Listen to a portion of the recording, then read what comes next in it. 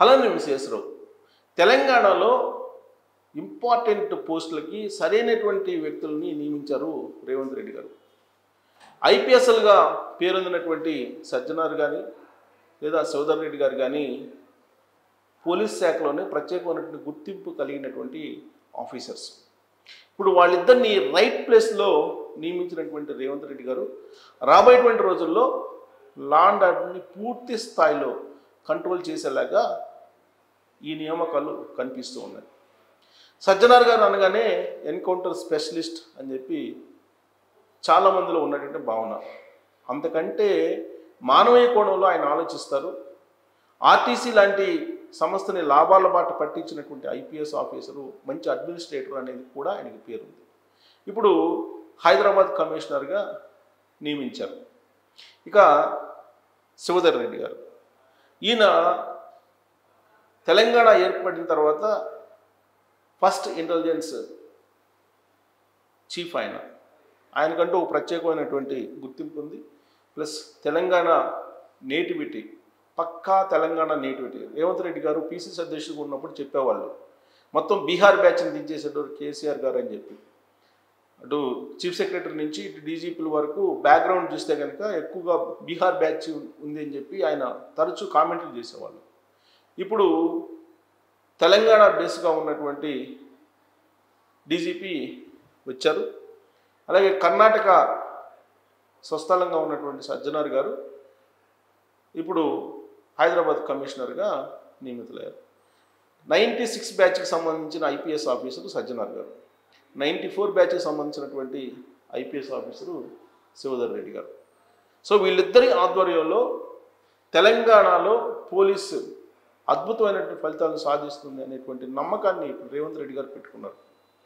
ఆయన రాబోయేటువంటి స్థానిక సంస్థల ఎన్నికల్ని, గ్రేటర్ హైదరాబాద్ ఎన్నికల్ని, జూబ్లీహిల్స్ ఉప ఎన్నికల్ని, అలాగే జనరల్ ఎలక్షన్, వీటన్నింటినీ దృష్టిలో పెట్టుకొని పకడ్బందీగా దాదాపుగా పోలీస్ శాఖలో కీలకమైనటువంటి బదిలీలు చేయడం జరిగింది. ఆ బదిలీల్లో అత్యంత ప్రాముఖ్యత ఉన్నటువంటి బదిలీల్లో వీళ్ళిద్దరిది ఒకటి. సో సజ్జనార్ గారి ప్రొఫైల్ మనం బ్రీఫ్గా కనుక చూస్తే కనుక ఆయన 96 బ్యాచ్కి సంబంధించినటువంటి ఐపీఎస్ ఆఫీసరు. ఆయన వరంగల్లో జనగాంలో ఏఎస్పీగా తన కెరీర్ని ప్రారంభించారు. జిల్లాల్లో అలాగే పోలీస్ శాఖలో అనేక పదవులు నిర్వహించారు. ఏఎస్పీగా, ఎస్పీగా పులివెందుల, అలాగే వరంగల్ ఎస్పీగా పనిచేశారు. ఏఎస్పీగా పులివెందులో కూడా పనిచేశారు. అలాగే మెదక్, నల్గొండ, గుంటూరు, కడప ఎస్పీలుగా పనిచేశారు. ఆయన ఇంటెలిజెన్స్ ఐజీగా, ఇంటెలిజెన్స్ విభాగంలో ఆయన ఇన్స్పెక్టర్ జనరల్గా, ఐజీగా ఆయన బాధ్యతలు నిర్వహించారు. సైబరాబాద్ పోలీస్ కమిషనర్గా కూడా పనిచేశారు. సైబరాబాద్ పోలీస్ కమిషనర్గా విధులు నిర్వహించి ఆయనకంటూ ప్రత్యేకమైన గుర్తింపుని తీసుకొచ్చుకున్నారు. అలాగే ఆర్టీసీ వైస్ చైర్మన్గా, అలాగే మేనేజింగ్ డైరెక్టర్గా ఇప్పుడు ఉన్నారు. 2021 నుంచి ఇప్పటి వరకు, యాజ్ ఆఫ్ నో వరకు ఆయన ఈ పదవిలో ఉన్నారు. ఆయన బాధ్యతలు స్వీకరించడానికి నష్టాల్లో ఉన్నటువంటి తెలంగాణ ఆర్టీసీని ఇప్పుడు లాభాల బాట పట్టించారు. ఆ దిశగా ఆర్టీసీని తీసుకెళ్ళడానికి అనేక రకాల ప్రయత్నాలు చేసి సక్సెస్ అయ్యారు ఆయన. ఇక అదనపు డీజీపీ హోదాలో ఇప్పుడు తెలంగాణ పోలీస్ శాఖలో అదనపు డైరెక్టర్ జనరల్ ఆఫ్ పోలీస్గా బాధ్యతలు స్వీకరించారు. ప్రస్తుతం హైదరాబాద్ కమిషనర్గా ఆయన బాధ్యతలు తీసుకున్నారు. ఆయన కంటిన్యూ అవుతారు. ఈయన హైదరాబాద్ కమిషనర్గా బాధ్యతలు స్వీకరించారు అనగానే ఒక రకమైనటువంటి అలర్ట్నెస్ వచ్చింది హైదరాబాద్లో. ఇక నుంచి డ్రగ్స్ రహిత హైదరాబాద్ను చూడొచ్చు. అలాగే లైంగిక వేధింపులు లేనటువంటి హైదరాబాద్ను చూడొచ్చు. మహిళలకు రక్షణ కల్పించిన హైదరాబాద్ని చూడవచ్చు అనేటువంటి ఒక భావన కలుగుతుంది ఆయన నియామకం నుంచి. ఇక ఆయన కెరీర్లో ప్రధానమైనటువంటి కొన్ని ఘటనలు కనుక తీసుకుంటే, వరంగల్ ఎన్కౌంటర్, వరంగల్లో ఎస్పీగా పనిచేసినటువంటి రోజుల్లో శాఖమూరి శ్రీనివాసు, అలాగే బజ్జూరి సంజయ్, పోతరాజు, హరికృష్ణులతో ఎన్కౌంటర్ జరిగింది. ఆ ఎన్కౌంటర్ తోటి ఎన్కౌంటర్ స్పెషలిస్ట్ అనేటువంటి పేరు అప్పటి నుంచి స్టార్ట్ అయింది. ఆ తర్వాత దిశ ఎన్కౌంటర్ జరిగింది. ఈ కేసు విచారణలో ఆయన ఆధ్వర్యంలోనే ఆయన జరిగింది ఇదంతా కూడా. ఇక సోషల్ మీడియా యాక్టివిస్టులు ట్విట్టర్లో కానీ, సోషల్ మీడియాలో, ఇన్స్టాగ్రామ్లో కానీ వీటన్నిటిలో చాలా యాక్టివ్గా ఉంటారు. అలాగే ఆన్లైన్ బెట్టింగ్ కానీ, అలాగే బైక్ స్టంట్లు చేసేటువంటి వాళ్ళని ఎరగదీస్తారు ఇక్కడ హైదరాబాద్లో రాత్రి వేళల్లో ఔటర్ రింగ్ రోడ్ కానీ లేదంటే సిటీ మధ్యలో కానీ బైక్ స్టంట్స్ చేస్తూ నానా రబ్స్ చేసేటువంటి యూత్ ఉంది హైదరాబాద్లో. ఇక నుంచి వాళ్ళ కాళ్ళు ఇరగకొట్టి మూలన పెట్టేటువంటి పరిస్థితి ఉంది. ఒకవేళ కనుక వాళ్ళు పోలీస్ చట్టాన్ని కూడా ధిక్కరించి కనుక ఈ సైరన్లను ఓడదీసేసి ఈ స్టంట్స్ కనుక వేస్తే ఖచ్చితంగా మక్కిలు ఎరగొడతారు, దాంట్లో డౌట్ లేదు. ఇక ఇన్ఫ్లుయెన్సర్స్, సోషల్ మీడియా ఇన్ఫ్లుయెన్సర్స్ మీద కూడా ఆయన కమాండ్ ఉంది. సో సోషల్ మీడియాలో వ్యక్తిత్వ హననం చేసి ఇష్టానుసారంగా మనం పోస్టులు పెట్టచ్చు అనుకునే వాళ్ళకు కూడా ఈ నియామకం ఒక హెచ్చరిక. ఖచ్చితంగా సజ్జనార్ గారు సోషల్ మీడియాలో ఎవరైతే అన్పార్లమెంట్గా, ఎవరైతే చట్టవిరుద్ధంగా వ్యవహరిస్తారో వాళ్ళని కట్టడి చేసేదానికి అవకాశం ఉంది. అలాగే దీపావళి సందర్భంగా కొంతమంది అడవాడు చేస్తుంటారు, వాళ్ళని కూడా కంట్రోల్ చేస్తారు. బాంబులు పేల్చి రకరకాలుగా శబ్ద కాలుష్యాన్ని చేస్తూ ఉంటారు. వాళ్ళకు కూడా కఠినంగా శిక్షలు ఉండే అవకాశం ఉంది, కఠినమైనటువంటి చర్యలు ఉండే అవకాశం ఉంది వాళ్ళ మీద. అలాగే సజ్జనార్ గారు సమాజ సేవ, పోలీస్ సంస్కరణలు వీటికి ప్రాధాన్యత ఇస్తుంటారు. శాంతి భద్రతల్లో ఆయన చాలా కీలకంగా ఉంటారు. ఇక శివధర్ రెడ్డి గారు, ఈయన డీజీపీ, ఇప్పుడు కొత్త డీజీపీగా ఇప్పుడు బాధ్యతలు స్వీకరించారు, ఆయన స్వీకరించబోతున్నారు. తెలంగాణ పోలీస్ శాఖలో ఆయనకంటూ ప్రత్యేక పేరుంది.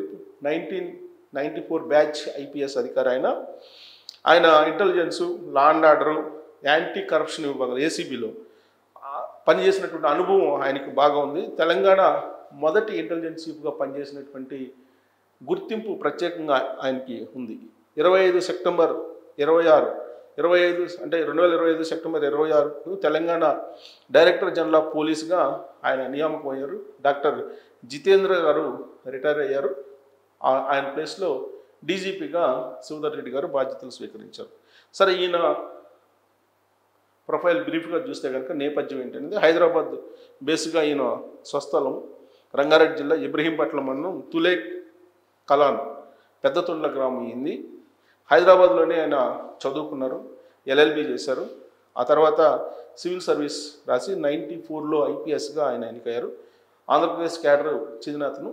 ఇద్దరు ఆంధ్రప్రదేశ్ క్యాడరే. రాష్ట్రం విడిపోయిన తర్వాత తెలంగాణకు క్యాడర్గా మారారు. కెరీర్లో ఆంధ్రప్రదేశ్లో ప్రత్యేకించి విశాఖ జిల్లాలో ఆయన ఎస్పీగా పనిచేశారు. వివిధ జిల్లాల్లో ఆయన పనిచేసినట్టు అనుభవం ఉంది. విశాఖలో ప్రత్యేకంగా ఆయన ఎస్పీగా పనిచేశారు. తర్వాత ఏఎస్పీగా అనకాపల్లి ఏఎస్పీగా చేశారు. నర్సీపట్నం, చింతపల్లి సబ్ డివిజన్లు ఎక్కువగా అప్పట్లో నక్సలైజ్లు ఎక్కువగా ఉండే ప్రాంతాల్లో అక్కడ పనిచేశారు ఆంధ్రప్రదేశ్లో. సూపరింటెండెంట్ ఆఫ్ పోలీస్ ఎస్పీగా నల్గొండ, శ్రీకాకుళం, నెల్లూరు, గుంటూరు జిల్లాల్లో పనిచేశారు. డిప్యూటీ కమిషనర్ ఆఫ్ పోలీస్గా డీసీపీగా హైదరాబాద్ ట్రాఫిక్ జోన్ 2007లో మక్కా మసీదు బాంబు పేలిన తర్వాత అప్పుడు ఈయన్ని నియమించారు deputy commissioner of police Hyderabad traffic south జోన్కి.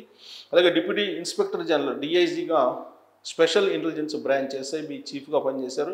అదనపు డైరెక్టర్ యాంటీ కరప్షన్ బ్యూరోకి ఏసీబీకి అదనపు డైరెక్టర్గా పనిచేశారు.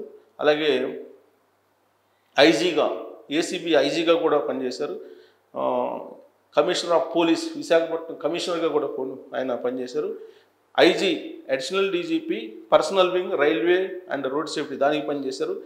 తెలంగాణ ఏర్పడిన తర్వాత ఇంటెలిజెన్స్ చీఫ్గా 2014 నుంచి 2016 వరకు ఉన్నారు. 23లో మళ్ళీ అదే ఇంటెలిజెన్స్ చీఫ్గా రేవంత్ రెడ్డి గారు వచ్చిన తర్వాత ఆయన్ని నియమించడం జరిగింది. ఇప్పుడు ఆయన ప్రస్తుతం Telangana DGP and head of the police force present డీజీపీగా ఉన్నారు. ఆయన ఐక్యరాజ్య సమితి మిషన్ ఇన్ కొసావోలో శాంతి సైనికులుగా కూడా పనిచేశారు. ఇంకా ఆయన కెరీర్లో ప్రధానమైనటువంటి ఇన్సిడెంట్స్ని ఘట్టాలను తీసుకుంటే కనుక నయీం ఎన్కౌంటర్. ఈ నయీం ఎన్కౌంటర్లో 2016లో గ్యాంగ్స్టర్ నయీం ఎలిమినేట్ చేసినటువంటి ఆపరేషన్కు ఈయన సారథ్యం వహించారు. ఇది తెలంగాణలో ఒక కీలకమైనటువంటి ఎన్కౌంటర్గా అప్పుడు ఉంది. ఇక తెలంగాణ ఇంటెలిజెన్స్ చీఫ్గా 2014-16 మధ్య పనిచేసినప్పుడు తెలంగాణ రాష్ట్ర ఏర్పాటు సమయంలో తెలంగాణలో సమర్థవంతమైన ఆఫీసర్గా పనిచేశారు. అవార్డులు వచ్చేటప్పటికి ఆయనకి పోలీస్ మెడల్ ఫర్ గాలెట్రీ, అలాగే presidents police medal for distinguished service ఇలాంటి పథకాలు అతి ఉత్కృష్టమైనటువంటి సేవా పథకాన్ని అందుకున్నారు. ఆయన చాలా సీనియర్ ఆఫీసరు, నిజాయితీ గల ఆఫీసరు. ఈయన డీజీపీగా తెలంగాణకి నియమితులయ్యారు. ఇది రేవంత్ రెడ్డి గారు ప్రత్యేకంగా ఆయన నియమించుకున్నారు. సో శివధర్ రెడ్డి గారు 30 సంవత్సరాల అనుభవంతో ఇంటెలిజెన్స్ కానీ యాంటీ ఎక్స్ట్రీమిజం అడ్మినిస్ట్రేషన్ పోలీసింగ్లో నైపుణ్యం ఉంది. దీనికి తెలంగాణ పోలీస్ యాక్ట్ను మరింత బలంగా సమర్థవంతంగా నడిపించేటువంటి సారథిగా ఇప్పుడు శివధర్ రెడ్డి గారు బాధ్యతలు స్వీకరించారు. ఈ 2 నియామకాలు తెలంగాణలో ఉండేటువంటి పరిస్థితుల్ని చాలా చక్కదిద్దగలవు. గంజాయి కానీ, డ్రగ్స్ కానీ, లేదా ఆకతాయిల ఆగడాలు కానీ, ఇవన్నీ కూడా ఇక్కడ తెలంగాణలో ఉండేటువంటి అవకాశం ఉండకపోవచ్చు. సమర్థవంతమైన ఆఫీసర్స్ని, సరైనటువంటి ఆఫీసర్ని సరైనటువంటి ప్లేస్లో రేవంత్ రెడ్డి గారు నియమించారు. అయితే పొలిటికల్ యాంగిల్లో ఆలోచిస్తే కల్వకుంట్ల ఫ్యామిలీని అరెస్ట్ చేసేటువంటి అవకాశం ఉంది. అందుకే ఈ పకడ్బందీ నియామకాలు చేపట్టారనేటువంటి టాక్ కూడా ఉంది. ఎందుకంటే ఫార్ములా ఈ రేస్ మెడ మీద ఎలాడుతుంది కేటీఆర్కి, అలాగే కాళేశ్వరం అవినీతి మెడ మీద ఎలాడుతుంది కేసీఆర్కి. సో ఇలాంటివి అన్నీ ఉన్నాయి. సో కీలకమైన అరెస్టులు ఉండే అవకాశం ఉందా అనేది కూడా వినిపిస్తుంది. అందుకే ఈ నియామకాలు చేపట్టారా, లేదంటే రాబోయేటువంటి ఎన్నికలను దృష్టిలో పెట్టుకుని ఈ నియామకాలు ఉన్నాయా? కారణం ఏదైనప్పటికీ సరైనటువంటి ప్లేస్లో సరైనటువంటి ఆఫీసర్స్ని అయితే నియమించారు అనేది రేవంత్ రెడ్డి గారికి ఇప్పుడు మంచి పేరు వచ్చింది. ఈ నియామకాల తర్వాత 23 మందిని మార్చారు. బట్ వీళ్ళిద్దరి నియామకం ఇంపార్టెంట్ కాబట్టి వాళ్ళ ప్రొఫైల్ని మీకు అందించే ప్రయత్నం చేస్తాను. మరి వీళ్ళిద్దరి నియామకం మీద మీ కామెంట్ ఏంటనేది తెలియజేయచ్చు. Thank you.